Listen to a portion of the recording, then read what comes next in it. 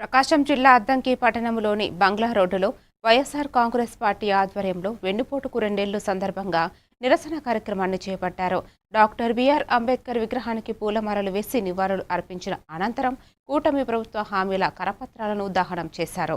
అద్దంకి నియోజకవర్గ సమన్వయకర్త డాక్టర్ చింతలపూడి అశోక్ కుమార్ మాట్లాడుతూ ప్రభుత్వం ప్రజాస్వామ్యాన్ని విస్మరించిందని ఆరోపించారు. ఈ కార్యక్రమంలో పార్టీ నాయకులు, కార్యకర్తలు పాల్గొన్నారు. 2 ఏళ్లు గడిచినాయి.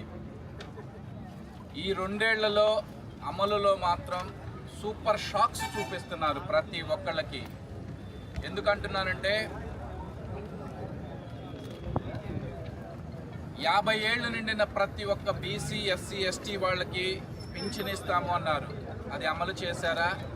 లేదు. ప్రతి ఇంట్లో 18 ఏళ్ళు నిండిన ప్రతి ఆడబిడ్డకి కూడా ఆడబిడ్డ నిధి అని చెప్పేసేసి నెలకు 1500 చొప్పున ఇస్తా అన్నారు. అది ఇచ్చారా? లేదు. సరే, ఏదన్నా మాట్లాడితే రాష్ట్రం అప్పుల్లో ఉంది అన్నారు. కానీ ఆ రోజు అప్పుల్లో ఉంది అని తెలుసు కదా.